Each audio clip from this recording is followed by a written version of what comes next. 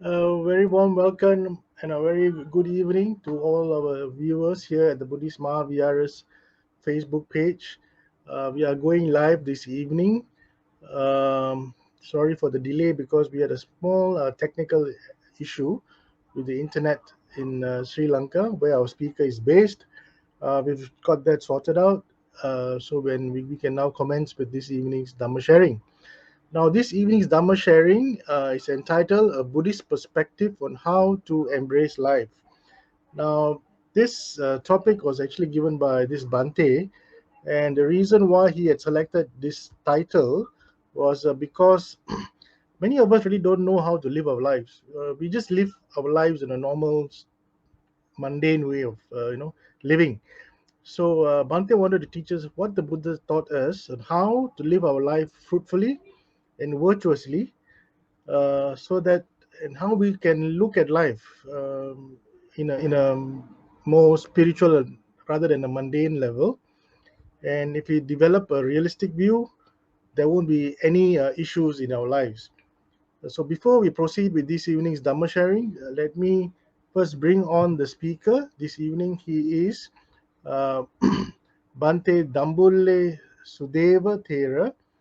Now, I happened to chance upon this Bhante while I was actually surfing the internet and especially on Facebook and on YouTube. And I came across this Bhante's YouTube channel. It was called The Story Monk.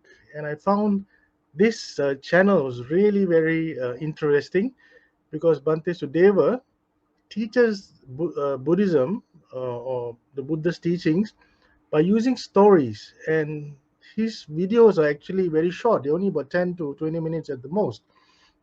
And they're very interesting because he uses anecdotes, he uses stories to illustrate the points that the Buddha had made to bring across his message of how to expound the Dhamma. So I thought I would like to look him down and search for who the speaker was, and I managed to do that. And we are very fortunate this evening to have Bhante Dambulle Sudeva with us to share his Dhamma knowledge with us. I'd like to now invite Bhante to the studio. Good evening, Bhante. Good evening, Brother Alice. Good evening. So nice to see you, and we are lucky that the internet is back and we can carry on with this evening's Dhamma sharing. Yeah. Okay, before we proceed with the Dhamma sharing, let me introduce Bhante to those of you who are not familiar with Bhante. Let me see whether I can get his profile just quickly. Yeah. Now, Venerable Dambulle Sudewa was ordained in 2002. He obtained his BA honors at the University of Peradeniya in Sri Lanka. Then furthered his studies and obtained an MA at the University of Pali and Buddhist Studies in Sri Lanka and was also appointed a Royal Pandit. He was a former assistant lecturer in Pali and Buddhist Studies at the University of Peradeniya.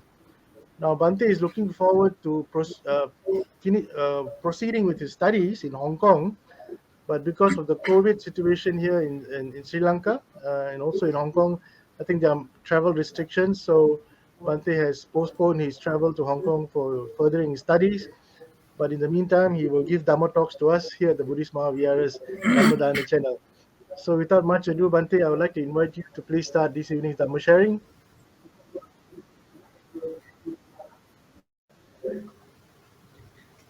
Yes, thank you for your introduction, Brother Leslie. I think you can hear me clearly. Yes, we can hear you clearly, Bhante.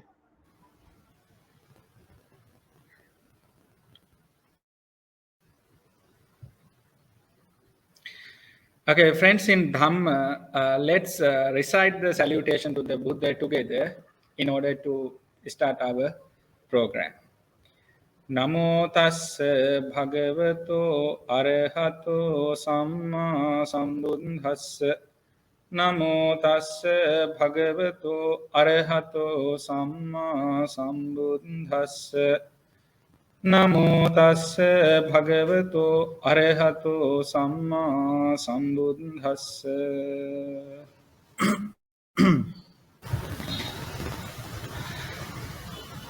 First of all, I would like to pay my gratitude to Most Venerable Kirinde Dhammaratana Nayaka Mahathera and other venerable monks in Buddhist Mahavihara in Malaysia, and the organizing committee for having me on this special platform today.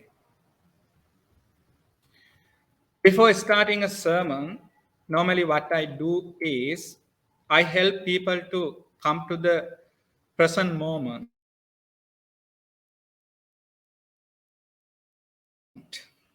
through a simple exercise, because our mind always wanders here and there all this time with your monkey mind. So follow my instructions in order to come to the present moment.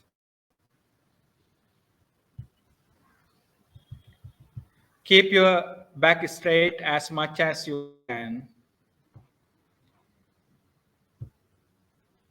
Gently close your eyes.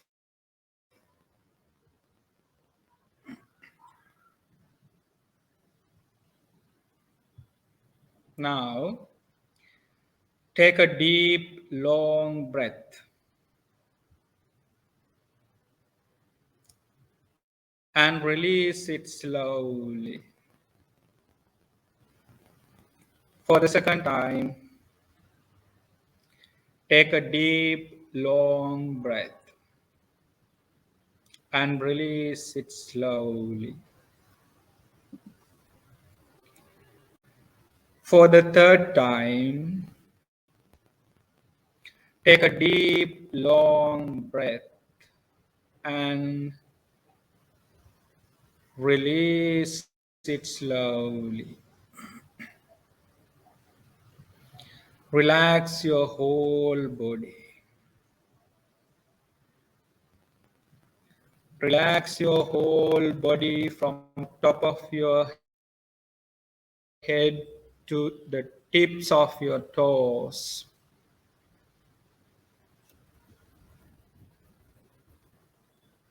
Relax, relax, relax.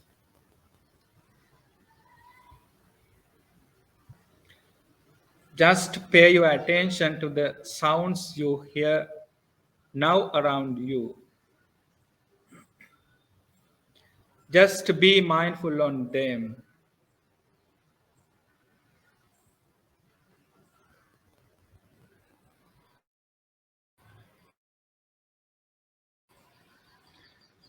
Now, take your attention to your body.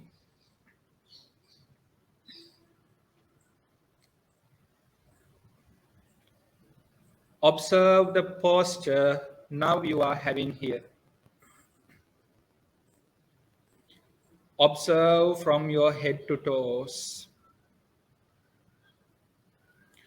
Observe from your head to toes.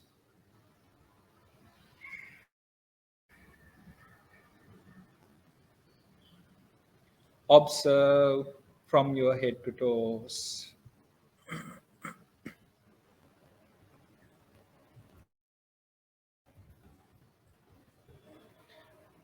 Now you clearly know that you are here and now. Yes, I am here and now.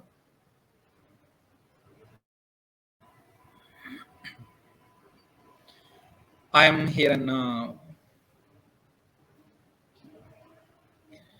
I am here and now.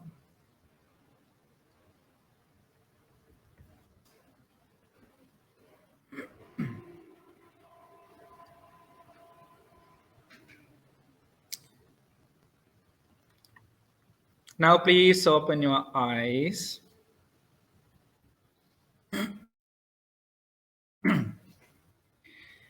Okay, dear friends in Dhamma, the topic of the Dhamma talk today is a Buddhist perspective on how to embrace life. Before drawing your attention to the topic, let me narrate a story about the importance of listening to something mindful. As my friend, Brother Leslie, told you before, normally I tell advisory stories when I preach. Okay, this is the first story. There was a big farm in a village. The owner of this farm was an old man. A group of children used to go to their playground across this farm every day. The farmer used to have a friendly chat with those children almost every day. One day, children saw this farmer was very sad and disappointed. They asked the reason why he was sad. The farmer said, "My father gifted me with a special watch when I turned 21. I lost it somewhere on the farm. I tried and tried and tried and tried, but I couldn't find it." Children felt sad and agreed to look for the watch for the farm. The farmer was very happy and said, "If you could find the watch, I would present you with a valuable gift." Soon they rushed to the farm and began to search for it. The hives were stirred up on the farm and, searched for the watch everywhere. Everyone wanted to find the watch to obtain the gift. They searched the watch for hour upon hours, but they couldn't find it. So the children finally left the farm. After playing in the evening, one child came along to the farmer and asked, "If I find your watch, would you give me that gift?" The farmer replied, "Yes, of course." So the child went to the farm, and after a while he came out with the watch. The farmer was very happy and amused and gave him the gift as he promised, and asked, "By the way, son, how did you find the watch so soon?" The child replied, "When I was playing, I thought of the reason why we couldn't find the watch. Then I understood the matter. We were in a mighty hurry and made big noises, as everyone wanted to get the gift. What I did now was simply going to the middle of the farm and just listening to the sound of the silent earth without making any noise. I did the same, changing the places from time to time. Then I heard the ticking sound of the second hand. So I went there and picked up the watch. That's how I found the watch. This story shows the importance of silence where necessary. When we are silent, we are able to hear even the tiniest sounds. Silence is gold. At the same time, we have experienced that many of us accuse others of making troublesome noises. It's a well-known fact that noise pollution has become a hot potato, a topic of discussion today. What I want to emphasize here is, though we pay our attention to the noises others make, we never think or talk about the noises we make. If we are mindful of the noises we make, I think we can indeed understand that we make a lot of unnecessary noises, especially with our mouth. Honestly, I have been practicing mindful talking for years. As far as my experience is concerned, I have understood that we talk more than 50% of unnecessary words. Let me tell you how I practice it. Just pay your attention on the words you are going to tell. Think for a while whether they are harmful or useful to yourself and others.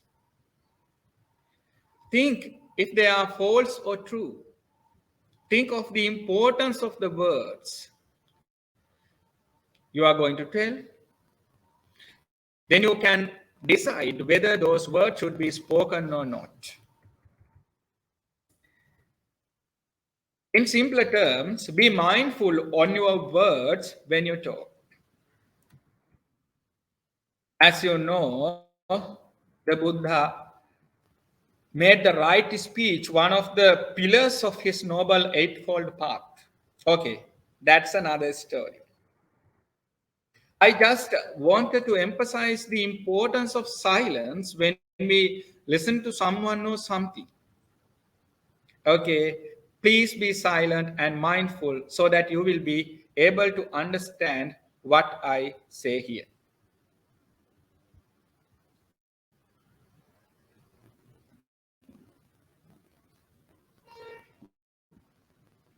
Well, let's move to our topic today. Let me ask a question first. Keep thoroughly in your mind that you should answer the questions I ask thinking only about yourself. I know that you don't have a chance to turn on your mic and give your answers here. No need to text your answers. You can, question me if you have any doubt when we have our Q&A session. Okay. Okay. Um, don't think about your husband or wife, about your children, friends, or society. Keep thoroughly in your mind that you should answer the questions I ask thinking only about yourself. Okay? Just think about yourself and answer. Just answer to yourself. So those are not difficult questions. Those are very easy. Okay, then just tell me whether you are searching for anything in your life. Just think about yourself whether you are searching for anything in your life, yes or no. If yes, what is it or what are they? According to my experience, there is only one answer to this question. I think that answer is in your mind now. You will get to know it in a little while. Okay, if you have any other answers than the one that I am going to reveal you, bring them out during the Q&A session as I told you before. Okay, let me ask another question so that you could get the answer to the above question easily. What was the above question? Are you searching for anything in your life? This is the second question. Answer thinking only about yourself. As I told you before. Have you ever done anything in your life to be sad? I mean, with the intention of being sad. Most of the people are sad or repent later thinking about what they have done. That's another thing. What I am asking here is, have you ever done anything in your life with the intention of just being sad? I can't recall such things in my life. Actually, not at all, not really.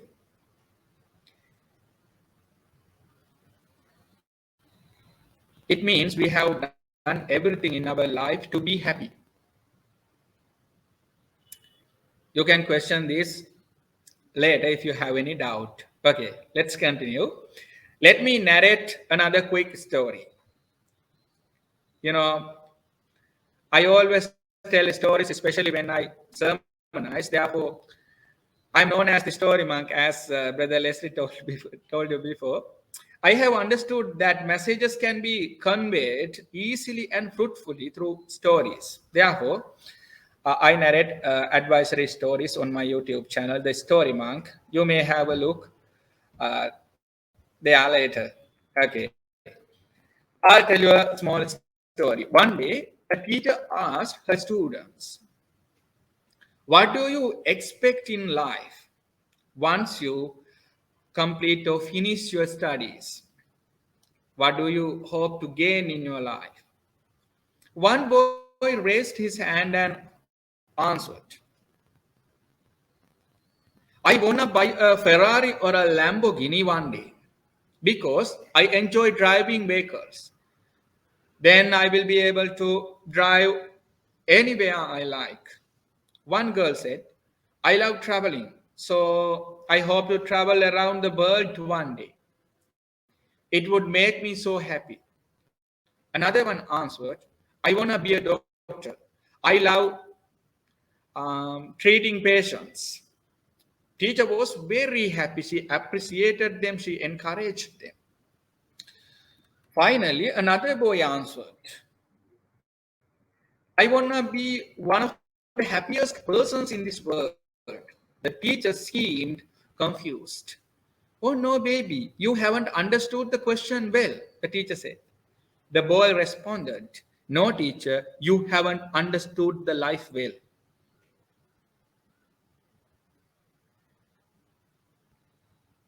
A smart boy. What does this story say? We do everything in our life to be happy. What's the meaning of so called living? Living means searching for ways to be happy. That's life. Though this teacher hasn't understood the last answer well, all the answers given by the students were the same. They hope to do something which makes them happy. That's all. All of them are searching for happiness in different ways. Once the Buddha said, Sabbe satta sukha kama dukkha patikula. All living beings desire happiness and recoil from suffering. Why do people get married? Just think for a while. Why do people get married? Why do they have children? Why do people earn? Why do some use drugs and alcohol? Why have some become monks like me? When we have a closer look, we can understand that people are searching for only one thing in many ways. What's this only one thing? You will be able to understand it in the course of this talk more and more. Okay, let me tell you a simile. Imagine a group of friends having a party in a park. This is an outdoor party. Some are dancing, some are singing, some others are chatting. On the other side of the town, there is a small village where a farmer is getting ready to water his crops. Unexpectedly, the sky is getting darker and the wind blows. It's about to rain. People who are partying look at the sky and say, oh no, God, don't rain, don't rain. If it rains, everything will be ruined in no time. Rain, rain, go away, come again another day. They sing, rain, rain, go away, come again another day. The farmer thinks, how nice. Oh, rain, please hurry up, come soon. I can't wait to see raindrops on my crops. If it rains, I won't have to pump water to the field. And also, I won't have to work hard here. It would save my time and effort as well. What happens? It's pouring. The people at the party seem to be helpless. They have no shelter. They are angry, agitated. They curse the rain.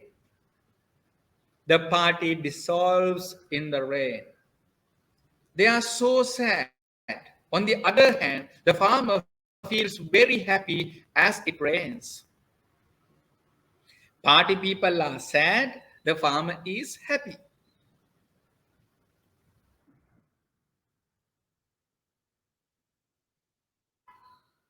What did it rain? Happiness or sadness? What's your answer? Neither rain. The sky just poured water. That's it. It is just an incident of nature, not a problem at all. This proves that our hopes bring us happiness or sadness, not the incidents. Okay, this is another story from Sri Lanka. A young man from Germany came to Sri Lanka for a retreat in a meditation center situated at a beautiful location. As soon as he entered the center, his face lit as he was so happy seeing that place. He said, "This is exactly what I expected, a silent and a calm environment for meditation practice as I live in a really complicated, noisy city. I tried so hard and could not meditate there." He was given a room to stay, and when the group meditation session started, everybody gathered in the meditation hall, including this young man. After after the very first session, the young man uh, looked unhappy. He didn't seem to have the same excitement anymore. The teacher questioned, you know, the teacher wanted to know what happened. The young man answered, "I thought this is going to be a very quiet place, but I was disturbed by so much noise during the meditation. I heard people closing and opening the doors, the noise of monkeys jumping on the roof, tree nuts and leaves falling on the roof. Sometimes the mosquitoes were biting, or I could hear the noise of animals from far away. It was very difficult to meditate along with these things." The teacher suggested, "Why don't you meditate in your room? If it is difficult for you to meditate at the meditation hall." The young guy seemed to be satisfied with the teacher's response. The next time, he meditated staying in his room. In about an hour, he went to the teacher and said that he gets disturbed even in his room. The teacher asked, "How did you get disturbed?" The young man answered, "I was disturbed by the noise of the second hand of the clock in my room." The teacher said, "You have come all the way from Germany not to listen to this noise of the second hand of the clock. So just remove the battery from the clock and meditate." The young man was happy with this suggestion and followed his teacher's words during the next session. After that session, the young man seemed upset again, and he went to the teacher and said, "During the last meditation session, I had no trouble whatsoever from external sources, but I heard my heartbeat, which disturbed the meditation. That's the story.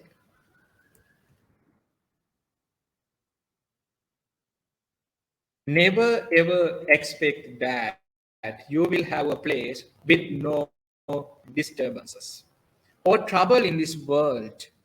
We will always have to suffer if we only expect a life with no disturbance.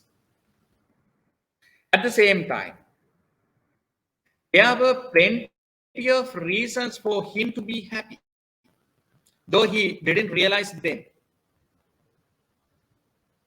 What are they? He was able to hear, he was able to hear even the unnoticeable sound of his heart. Normally, we can't hear that. Do you know why? Yes, he had a really good focus. He was mindful. That is why he could listen to his heartbeat.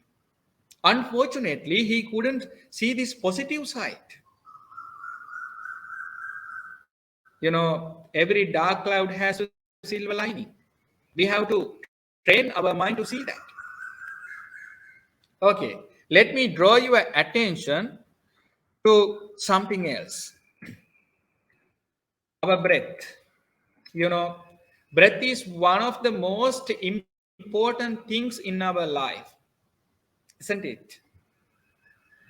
We possess everything only until we breathe. Therefore, we can't neglect the breath at all. So, we should love it always. Okay. Now you may take a long, deep breath. Just do it with me.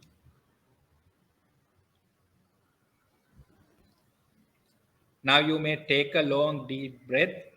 Hold it and tell your breath, dear breath, you are the most valuable thing in my life. So I will allow you to go nowhere. Please be with me. I won't release you. I never release you. I love you. I can't be without you. Telling this, hold this breath. What happens? Are you feeling comfortable? No. Why? There is a rhythm of breath. It naturally comes in and goes out. You've been breathing nicely and comfortably until now without even noticing. If you interfere with this natural process, you will have to face the consequences like you had a little ago. So surrender to the rhythm of the nature always. Just think that I haven't come online yet without prior notification. It means you have been waiting more than half an hour by now. The speaker today has vanished. The topic is shared on social media and everything is arranged. Brother Leslie is in a big trouble. The organizing committee of Buddhist Mahavihar and everyone is in a big trouble. They try to contact me, but no response from my side. What would happen to you? You may feel uncomfortable, hopeless, or disappointed.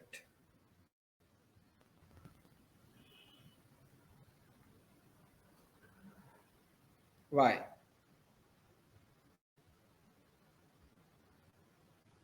Okay, think of those who live with you and they don't normally listen to the sermons as you do weekly. Would they feel upset simply because of my absence? No, not at all. Why is that? They didn't have any expectations about this sermon. So it is crystal clear that only hopes brings only hopes bring us sadness. Try to understand this. If I weren't on this platform today, you would have listened to the best sermon you have ever heard. Again, if I weren't on this platform today, you would have listened to the best sermon you have ever heard. You should be mindful on your thoughts in order to listen to this special sermon. Have you got the point? Let me elaborate it a bit. If you are mindful on your mind, you can clearly observe the changes of your thoughts. Then you can see how and why sadness arose in your mind. That's very simple. Hopes brought you sadness. Why are you feeling that way about this incident? You had hopes about this program and you allocated your time and were waiting for this sermon. Simply, you were expecting me to come online and give a talk today. And now you are disappointed because your hopes, your expectation didn't come true. Think for a while.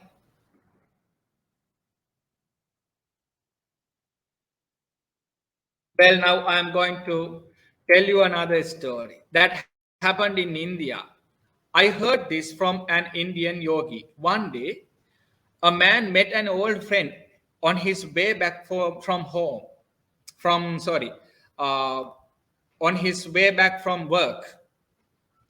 They were very happy to see each other after a long time, and one of them suggested celebrating it with a drink.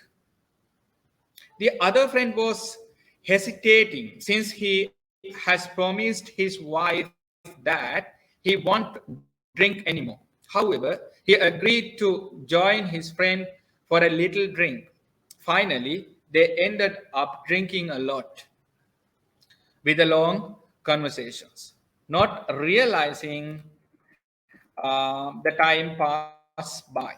Eventually, this man said goodbye to his friend and started taking shortcuts to go home as he was running late. On his way, he fell on a thorny bush and bruised his face all over. Somehow he managed to go home, get in the bathroom, and put plasters on his face and went to bed. The next morning, his wife woke up and started blaming this man. She was asking if he had started drinking again. The man said, "No, I didn't drink since I promised you not to." The wife dragged him by his hand and took him to the bathroom. What happened? The mirror was full of plasters everywhere. He had put plasters on the mirror, looking at his image, thinking that he was doing it on his face. That is why all the plasters were on the mirror. Well, this is a little advisory story. This is exactly what we do in our life. The problem is elsewhere, and we carry the treatment elsewhere. That's why we do not get the solution to the problem. What's the problem? We go through all the sacrifices, hard work, and suffering looking out for happiness, but we haven't found it yet. How do we know that we haven't? We are still looking for it because we haven't found it yet. Each and every person has a future plan, thinking that they will gain happiness after completing them successfully. We believe that happiness is in the future because we haven't found it yet. We happen to get old, suffer from health issues, and face the death of those who are close to us as well as our own death. These are natural phenomena in life. We get all these for free, within a package called life. We are not able to change these since that is how nature is. The things like the sunrise, rain, wind are creations of nature that we don't have any control over. And the people that we associate, they act and behave the way they want.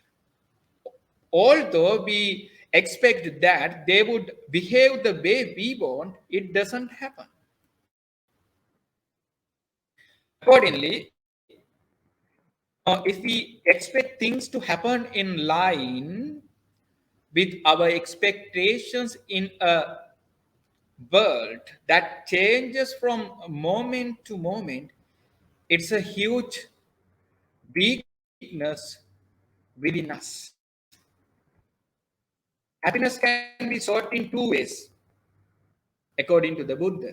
The first one is changing the outer world, the second one is changing the inner world or the way of thinking. Throughout the life journey, what we try to do is the first. We try to do the first. What's it? We try to change the outer world and find happiness. It never works. Though we spend our entire life on that, we are not able to change the flow of nature. Once the Buddha said, there are these 5 facts that we should think about often. Whether we are a man or a woman, householder or a renouncer, what are these 5? I am prone to aging. I haven't gone beyond aging. This is the first fact. I am prone to disease. I have not gone beyond disease. This is the second fact. I am subject to death. I didn't go beyond death. This is the third fact. I will become different and I will be separated from all, you know, that is dear and pleasant to me. This is the fourth fact. I am the owner of my actions, O come, the heir of my actions. I am born of my actions. I am related to my actions, and I have many actions as arbiter. Whatever I do, good or bad, this is what I will inherit. This is the fifth fact. Those are the 5 facts that you should often think about, whether you are a woman or a man, a householder or a renouncer. Why should we think like that? Think about yourself. Do you age willingly?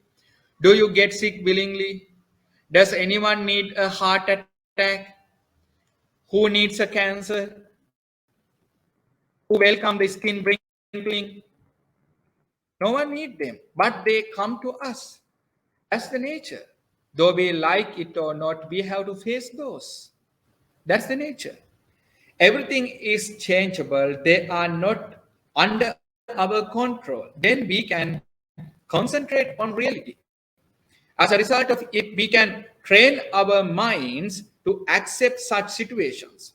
We can be realistic and handle those situations. Okay, let me narrate another story here. I think this will be the last story today. A young American had an opportunity to read about Buddhism, and he went looking for a place where he could practice Buddhist meditation. He went to Thailand and was ordained.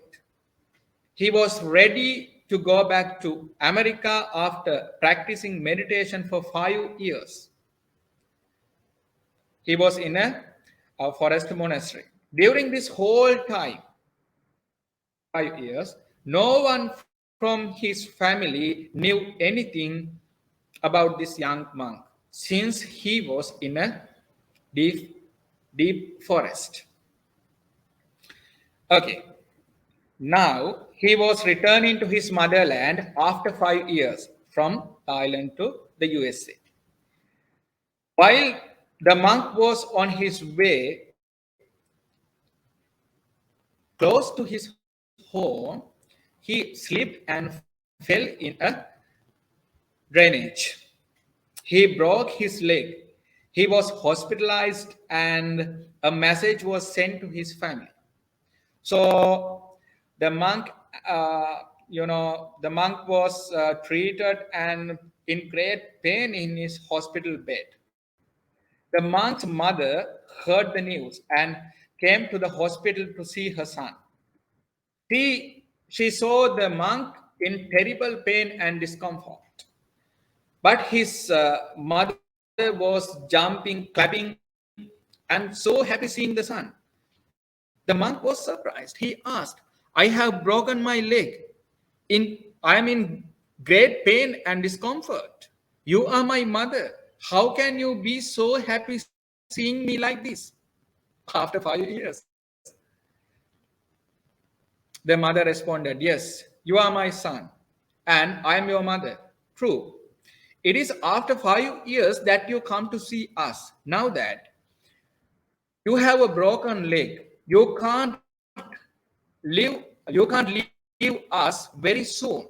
You will have to stay with us it until it is healed. That's why I am happy.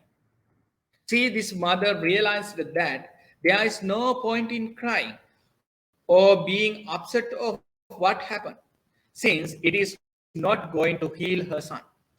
She has trained her mind to look at it differently and stay calm and happy. She was actually smart. Just try to apply this to every trouble you have to face in your life. Before winding up the talk, I would tell you something about the practice. How can we practice what I told you so far?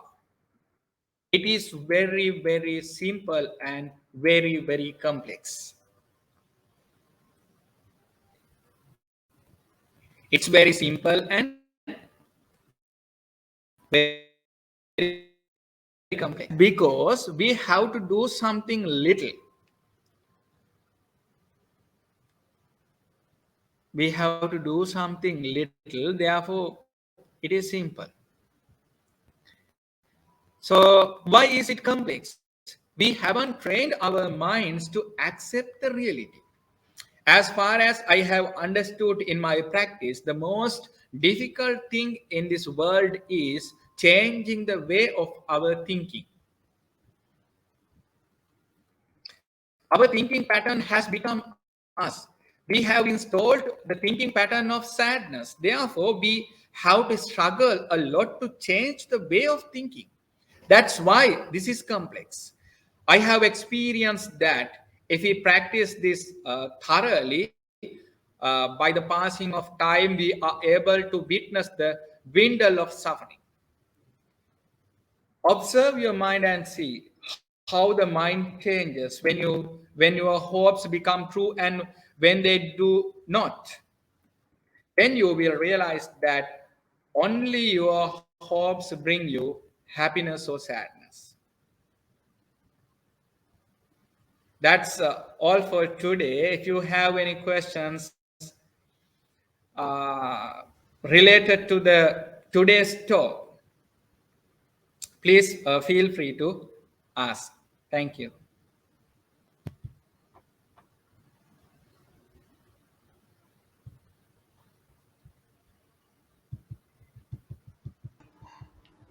Thank you, Bhante.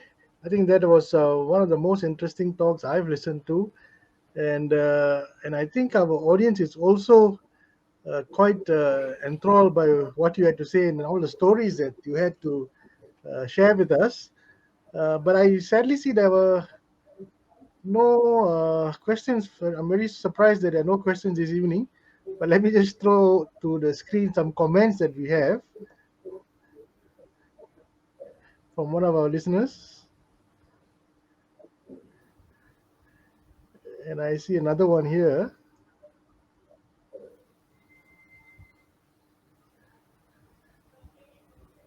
So, Ante, I think we have come to the end of this evening's Dhamma sharing. If there are no more questions from the audience who's listening in, you may actually Yes. visit Bhante. Let me just throw that on. As I mentioned earlier, Bhante is on YouTube, and many of his Dhamma sharings are here. It's called the Story Monk on YouTube. So if you go to YouTube, type in the Story Monk, and you can see Bhante. It's got quite a number of Dhamma talks, and many of them all story based.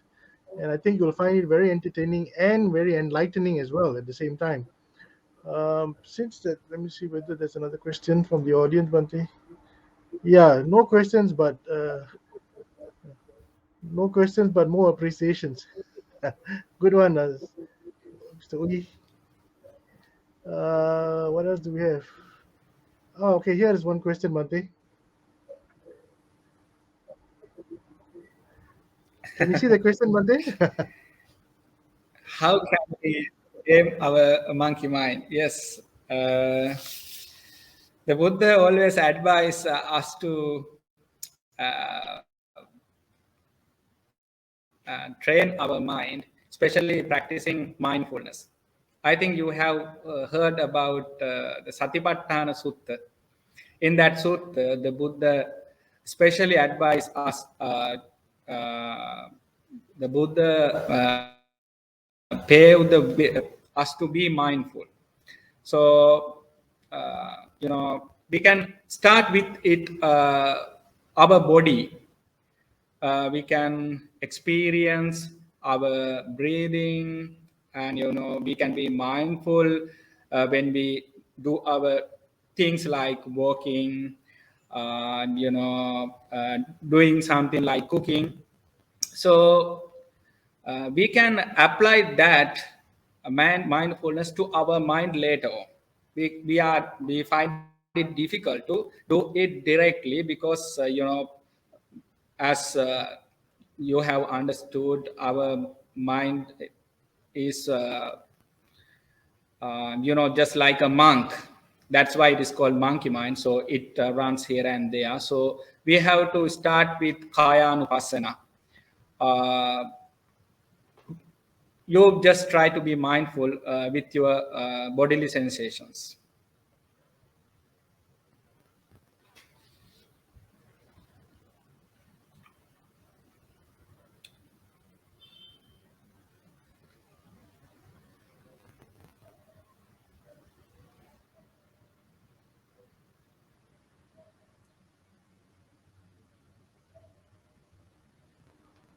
So, Bhante, looks like you got a nice following here in Malaysia now. Many of them are very appreciative of your stories, just like me. So, how about the Thank questions? And okay, there's another question to your question, Bhante. you. Yes. Do you want to try to answer this? Yeah. I have already given the answers. So if you have any doubt, you can question me. The whole Uh, talk was the answer for those questions I asked. yeah. I think you have So I think, realized. yeah, I think many of them were enthralled by the stories. They forgot the content, the basic content of the talk, Bhante. They were enthralled by your stories. So Okay. Bhante, we've come to the end of this evening's Dhamma sharing. So before we end, can I kindly invite you to conduct the Anumodana? We'll transfer the merits to the Devas as well as to the departed beings. Okay. Now this is the time for transferring merits and blessings. Uh, let's share the merits we accumulated with the divine beings and departed ones. May they be well and happy. Sadhu, sadhu, sadhu. Blessings to those who who have sponsored today's sermon and all those who have involved. May you all be well and happy. I'm going to bless you all with some stanzas.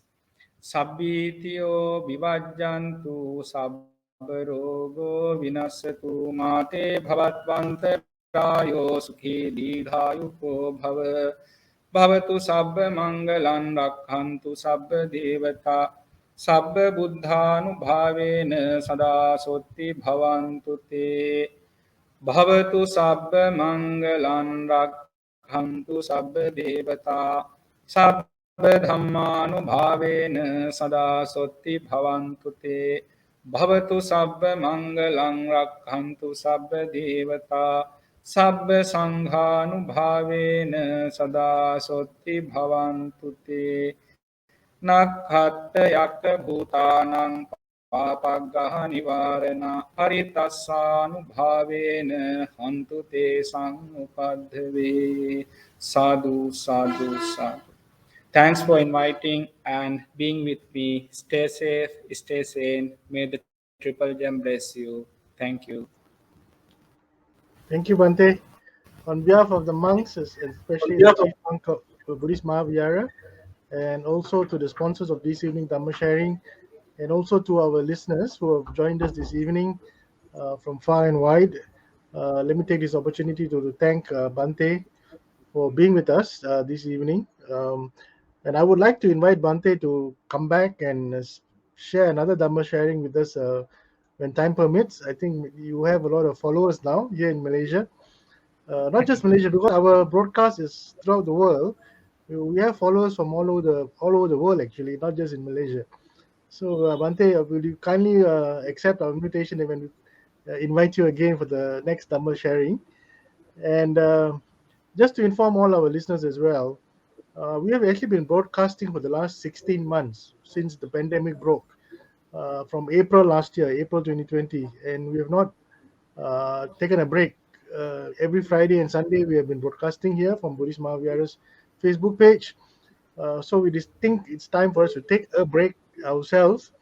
We'll give ourselves a 2 week break and we'll come back in the middle of August and carry on where we left off. And hopefully, we will like to invite all of you to join us again. I will put up the posters again when we're ready on our Facebook page. Please take a look at our Facebook page for the next talks, which will be, I think, somewhere around the 18th or 19th of August. With that, we've come to the end of this evening's Dhamma sharing. Thank you again, Bante. Thank you for your time. And Thank we you. look forward to seeing you again. And have a pleasant evening, one and all. Sadhu. Sukhi Hotu.